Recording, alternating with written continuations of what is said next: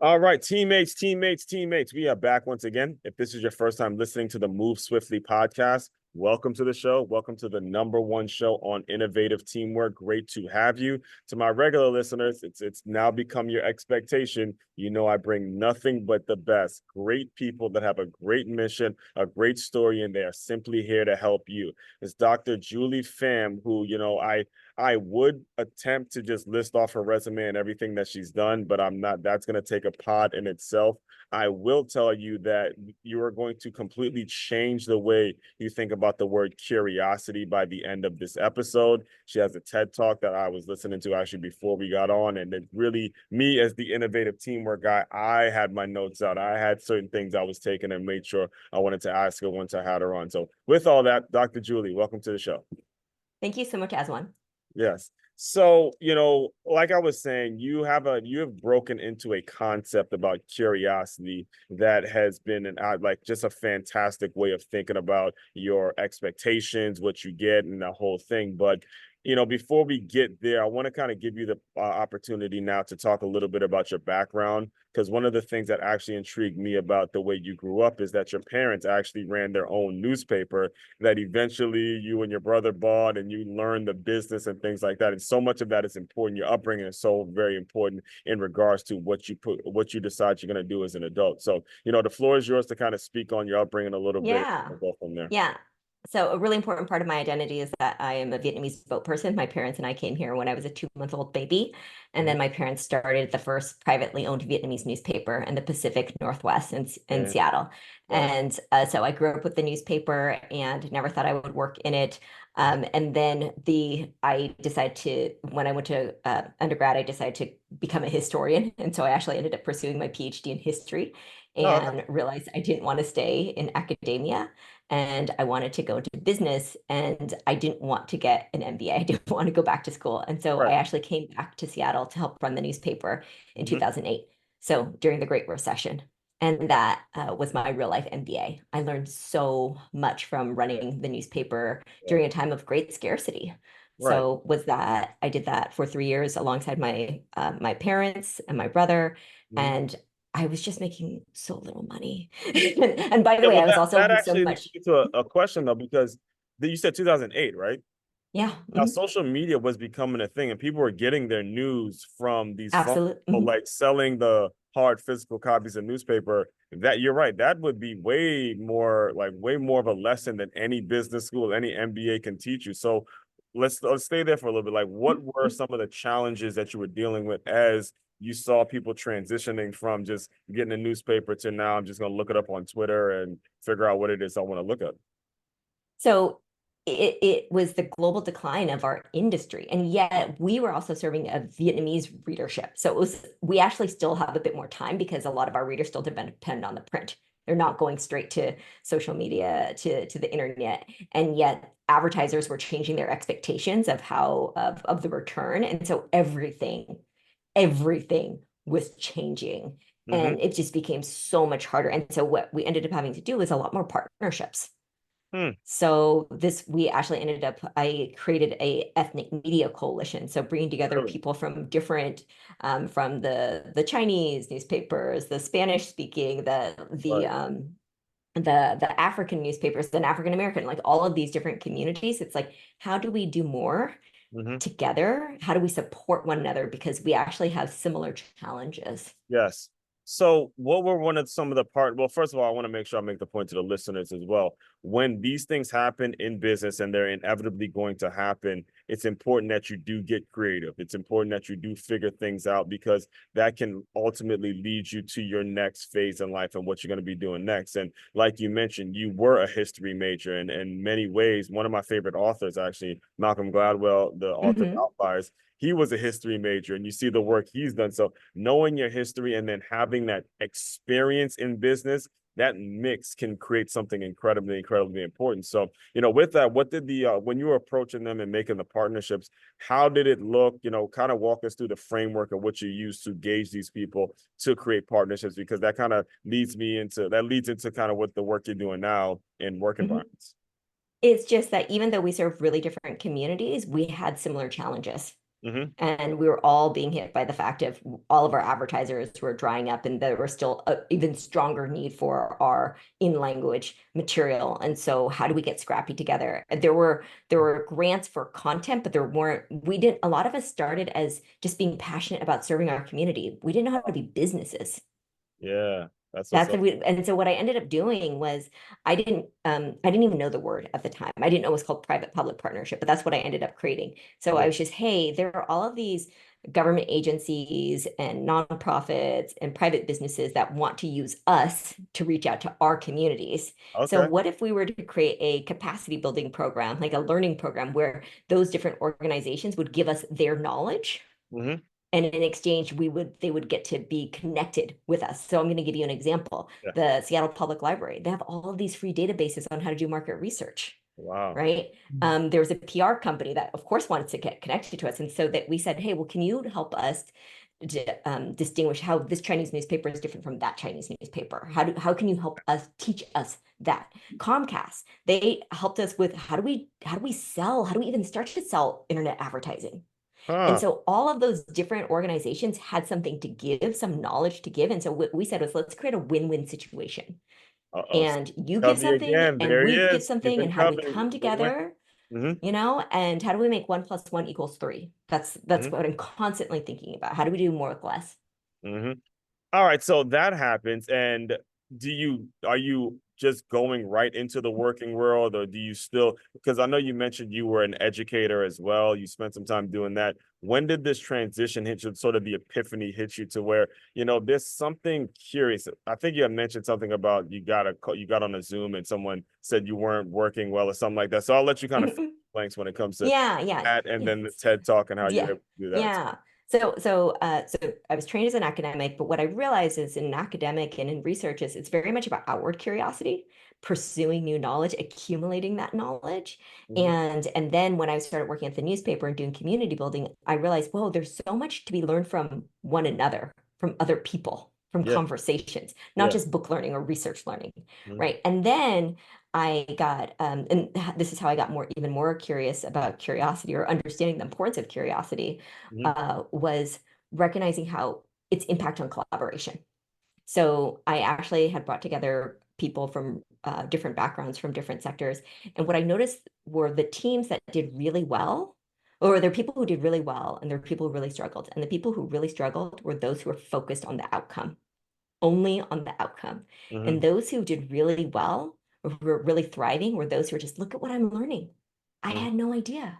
We Mhm. created something out of nothing. And Right. their attitude was contagious. Yeah. But the thing is, if you had on any team a critical mass of people who were only focused on the outcome, it could take down the morale of the team too. And Right. so that was kind of my epiphany for like, oh, this is why curiosity on teams is so important. And that's why I decided to make a whole business out of it. Right. So okay, So you're making this business, and did you just jump right into like entrepreneurship and getting clients and delivering workshops right away, or was there some process towards building that to the point? Because I'm thinking about your TED Talk, and you said specifically mhm, you were on a Zoom call and someone said yeah, the worst ever presentation. yes, yeah, You were like, I'll share that. whoa. So I You was were like, actually already in my business. So I was actually already in my business. At uh-huh. that point, I think I was in my business already a good solid year. And so this is also kind of speaks to we can continue to learn. Here I had this whole business on curiosity. I'm training people on Yeah. curiosity. And that's when I had this big epiphany moment. Wow, curiosity is a practice. Because I had this person who I was given my talking about 7 forms of respect. And then this person was just, this is a waste of my time. Yeah. Yep. And Absolutely. I just got, inside I'm feeling super defensive and It's all of your the business, your feels, baby. Yeah, yeah. right? I know I Right? would. Damn right. Right. And then I actually like to process through talking it through with people. And so I had to practice some inward curiosity of why am I actually feeling this way? Hmm. And that's when I realized, wow, she's a curious person, just Hmm. like I'm a curious person. We're not always curious though. We can't always be curious. And so that's when I start to think about curiosity as a practice. Because normally we talk about curiosity like it's a trait. You either have it or you don't. I think we all have it. It's just sometimes we don't practice it. And it actually takes more courage Yes. and more self-awareness to admit when we don't. And so I had to admit in that moment when I Mhm. was feeling super defensive. And also, my expectation was, of course, she would love my work. And she Mhm. didn't, Yeah. or at least she wouldn't be rude about it. Right. Mhm. And so I had to practice inward curiosity of why was I having all of those expectations. And that's when I had this big epiphany. Wow, curiosity is actually a practice. And if we can think about it that way, it's less it's less judgy, because normally people, well, you just need to be more curious. Yeah, exactly. They say it as And if like it's a patronizing tone whenever yeah, you normally hear the word. like it's a character flaw or something, right? But Mhm. like actually, how about we look at the environment that causes us for sometimes maybe I'm not feeling safe at work, or maybe I don't see my managers modeling it, or Exactly. maybe when I see other people ask questions, they Mhm. get knocked down. So I'm like, oh, I better not ask a question. Or Mhm. maybe there's everything is so fast paced, there's no time for self-reflection. Right. So that was my big aha of just no, curiosity is a practice, and we can actually help organizations Exactly. guide them through that. And then you asked me as one of did it start right away? So I had a fully functioning business Mhm. when I had that epiphany moment, and Oh, okay. I actually then ended up, and it took me even more of like a year of processing that whole experience, Mhm. to then it became a part of my core messaging. Exactly right. Like you're the foundation, right? Yeah. So I think for entrepreneurs, not to be afraid of change, Yes. of like, I thought I was offering this, Mhm. but I've got to refine it. And it's constantly iterating, and not to be afraid of that. Even if but I already put it on the website and I already did this. And it's like, that's okay. It can Yeah. still change. Exactly, exactly. I actually I'm a part of a group coaching program. Shout out to Dre. The name of his company is called Work on Your Game University. And Mhm. he is a former basketball player. And I remember I had him on the show and I asked him, how'd you come up with the title, whatever. He goes, man, I was just playing basketball and I just was talking to the camera and I was telling people that were asking me comments, go work on your game. And all of a sudden it becomes his business, becomes the way he plants his flag. And he said it right here on this show. Like, I never planned on making a business out of it. It's just something Mhm. that came out of my mouth while I was actually working on my game. And I was Mhm. telling people to stop doing that. So you touched on a point that I've been guilty of. I mean, most of the people that know me have said this to me so many different times. They like, Aswan, your expectations are too high for people. Your expectations are too high for people. Now, that's not something I know how to change necessarily, but I understand the concept and the principle of when you start expecting things, it's hard to break out of that. It's hard to teach people to expect, but you do something that's magnificent, in my opinion, in your TED Talk, where you have an expectation and then you have a gap between what you get and your expectation. And there's a framework there. There's a sense of learning that, again, I was learning things. I'd love for you to kind of share that a little bit because the end part is so incredible. Guys, go watch the TED Talk for yourself. But the end part, when you get that get part, was like I'll even show you on my phone. I took pictures of it. Oh. Yeah, it's all right here, man. Like when it comes to what you get, the whole thing. So where is it? Yes, right there. This part. I'm like, Mhm. oh, okay. The innovative teamwork guy thinking I know everything about teamwork. I'm like, okay, let's do it. So yeah, walk us through that gap Yeah, so I between have the so what I expectation call and is what you get. there's this gap Mhm, between what we expect and what we get. mhm, yeah, And then in that gap can actually, because we're so fixated on, well, I was supposed to get this. This was yeah, my expectation. yeah, And that can actually make it really hard for us to actually even face or deal with what we actually get. exactly. And the way I illustrate this is even the way when we start to move across it, things look different. At Hmm. every point we're turning back and we're just, wait a minute, what was my original You expectation? didn't And expect the that, right? further away we move from it, it's just, oh. And it's Yeah. just like that's the thing. We just need some distance and time and space to look at it. And so there are three steps that I talk about. There's assess, ask, and share. And so the assess is just even assessing our readiness to leave behind our expectations. And Hmm. so there are these two questions I pose to the audience, which is the first one is, if you're thinking about that person who you've got this expectation and they didn't meet your expectation, Hmm. the first thing, and you're just like, I'm about to have this conversation with them, Yeah. like with that woman who said, this is a waste of my time. And it's Right. just, do I want them to learn from me? Right. It's like, So of course I do. let me pause you real Mhm. quick because I want to Yeah. give a real life example. Yeah. Mhm. I used to teach. It was a daycare slash educator position. It's Mhm. called kindercare, and they hire people left and right. It's incredibly transient industry. Mhm. Somebody got hired that had years of experience as a daycare, like just I mean tons of experience, and she did not show up on time. She didn't know what to do with the kid. So many things were wrong, and I remember having a conversation with the director where my expectation for this girl when I looked at her resume and I hired her on the spot was Mhm. not at all what I got. And then that boiled down to, do I assess how I'm hiring? Do I try to learn? So that assess piece right there, Mhm. again, it's you cannot skip that, because when you can learn from your mistakes or learn from another person, that's when the next phase goes. So good. Yeah, yeah, because we have to actually be willing to ask ourselves, do I want to, am I open to learning? Am I willing to learn? Yes. And then, and then the next part is to ask ourselves these questions of where are these expectations coming from?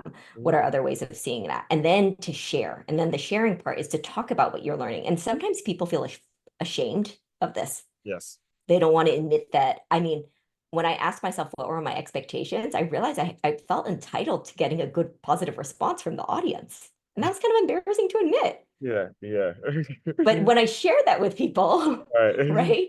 And it's like then they're giving me their interpretations. Uh-huh. And it's just like, oh, I wouldn't have even interpreted it that way. And so we have to kind of be open Hmm. to after we practice inward curiosity, we then have to practice outward curiosity and talk about it with other people. Hmm. And So that's when we let people in. right. This framework that you've been able to create, though, it can carry over in a lot of different facets in life, a lot of different industries. What was it that made you plant your flag in the work environment specifically? That's where we spend most of our waking hours.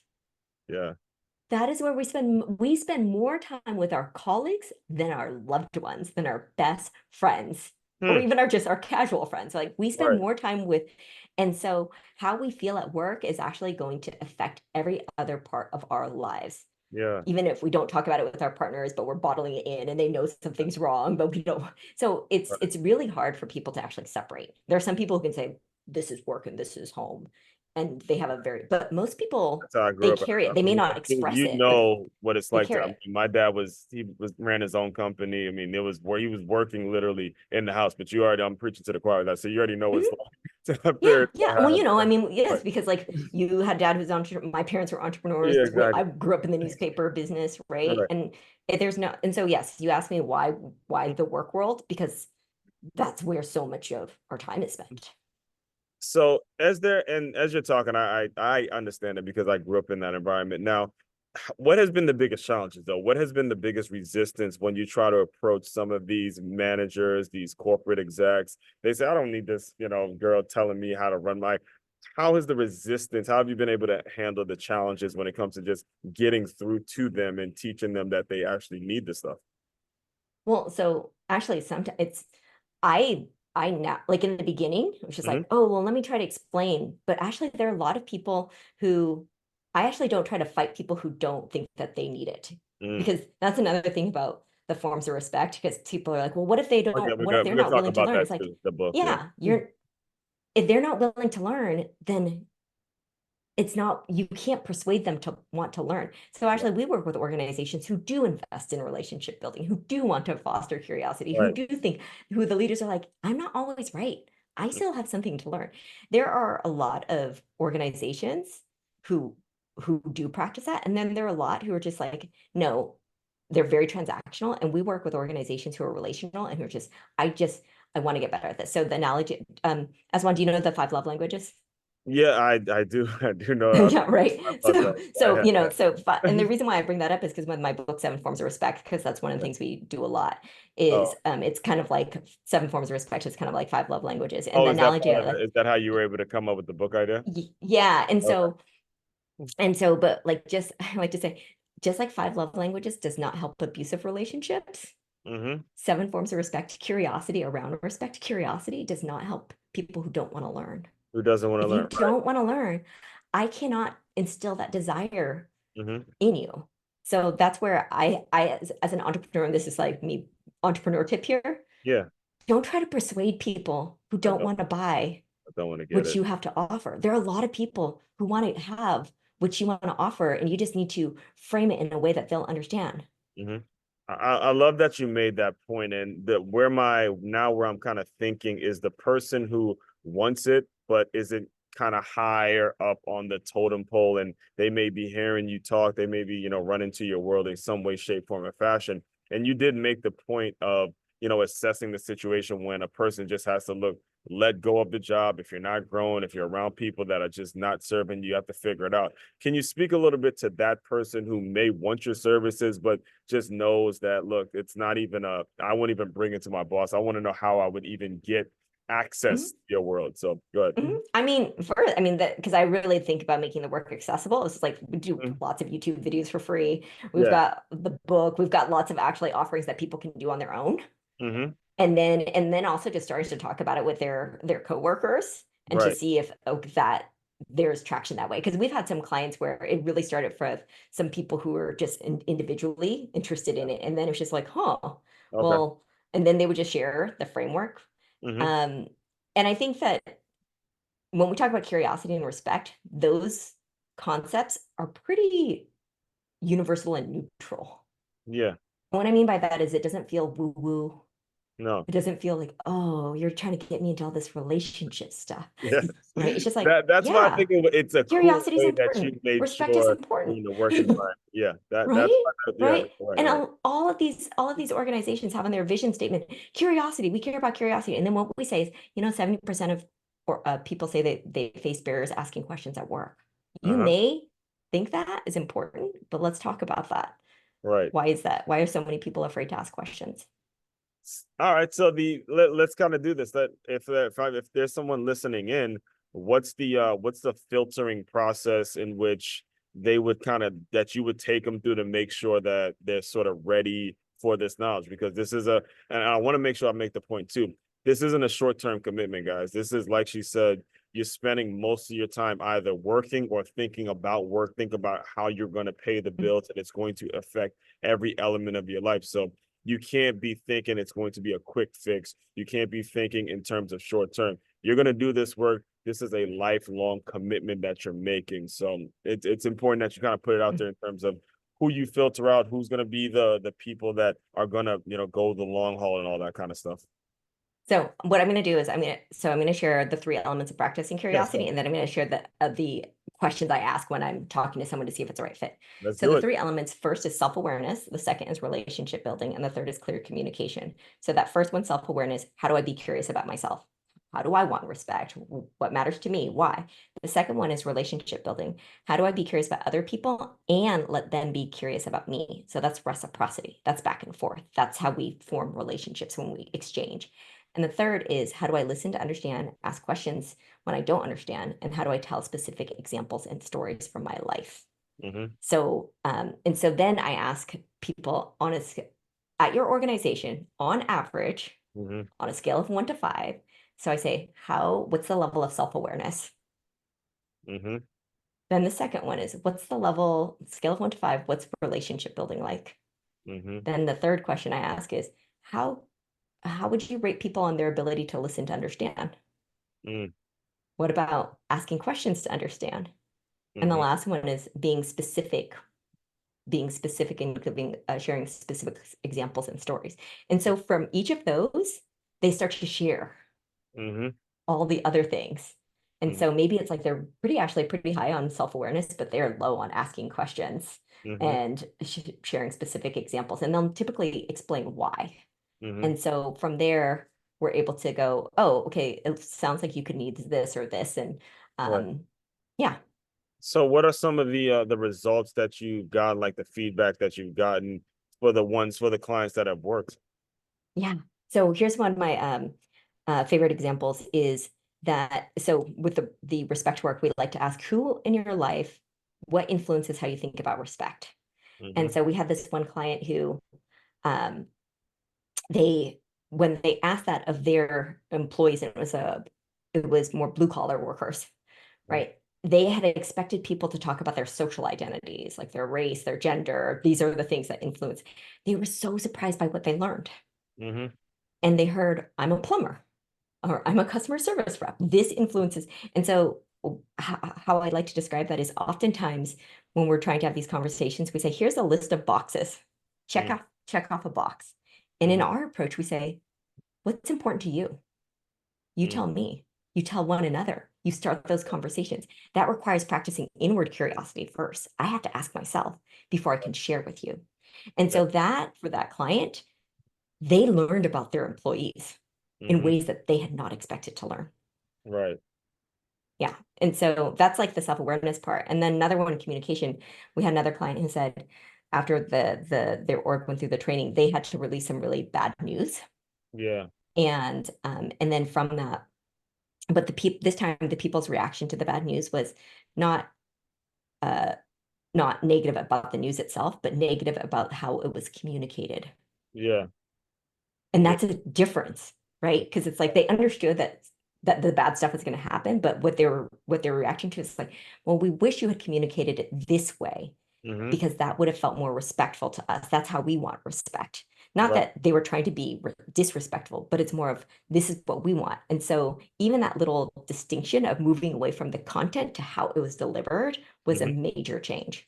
Yeah, and I mean, listen, this is so important that we get a hold of this. You and I could probably talk for hours upon hours about situation after situation in which adults go through a lot of adult stuff. And for you to Mhm. just show up to work and you deal with a person that only cares about the outcome, only cares about the ratings, I mean, that is a really crushing 8 hours. And know you got to kind of muddle through it, get your check and bite your tongue. I think the point that you made about most of the time, a lot of employees don't even ask questions. They're scared to ask questions. That's a really heavy statement, seeing that this is how you get an employee. And they're scared to ask questions because nobody wants to lose their job. Everyone is just Mhm. trying to get through and pay the bills and all that kind of stuff. It's a very nasty place to be. So, I do want to give you the opportunity to just speak on, how what do you see as the next phase to your business? And how can someone support you or get in touch with you if they want to, help move the vision forward? I want the world to talk about forms of respect the way we talk about love languages. Yes. Oh, actually, let's talk about the book. We gotta Yeah, we yeah. gotta So pivot. I mean, so here it is. So I Yes. want one day for people to say, "Hey, these are my forms of respect. What are your forms of respect?" And you know what that assumes is we want to respect each other and that we do respect each other. It just looks different. And so that's my big dream. And so the ways that people can help is check out my videos, go to YouTube, curiosity base. I have a video where I'm acting out the different forms, spread Right. the word, watch my TEDx talk. It's a as an entrepreneur, it's the work of marketing and spreading the word is hard. It is a And so this is, lifetime job. it's just This like is all you grassroots do. effort, Yes. hustling. It's just like, hey, please watch it. And if you Yeah. like it, then share it. That's Yeah. that would be so helpful. Yes. And so put the name of the YouTube channel is what? Is it Oh, everything? it's curiosity based. Curiosity based. Yeah. Curiosity based. Mhm. Okay, that will also be included in the show notes as well. So, Dr. Julie, the way I close out all the shows is I want you to use your imagination a little bit. You are, let's say, a 13-year-old girl. You are seeing your parents run this newspaper. You're starting to develop some business concepts of your own. I want you to pretend that young Julie has come into the Zoom room. Give her some words of encouragement, and we'll officially close. It's gonna get better. Yes, yes, that's right to the point. It's gonna get better, man. I felt that. Did you want to say anything else? No, because that hit me. Just, I yeah, did not just mean to yeah. interrupt you on that one. No, it's just gonna get better. It's just like, don't worry, it's gonna get better. And yeah, 13-year-old, that's a lot of angsty. That's an angsty age. Yeah, So I mean, and you had, like I said, you had the business and the entrepreneurial vision going ahead and moving forward. So, like I said, keep doing the work you're doing. I'm all about it. I'm all about innovative teamwork. I think there's so many business owners, especially the business owners that tune into this show. So much of it is needed in our work environment. I come from a sports background, knowing how much we communicated, knowing how on it every coach was. The transition to the working world, quote unquote, for me is something I don't even know if I'll ever be able to just fully adjust to, but I know it's a difficult task. So we'll definitely make sure we stay in touch when it comes to all that stuff. So all that being said, fellow teammates, continue to move swiftly. We will talk more soon.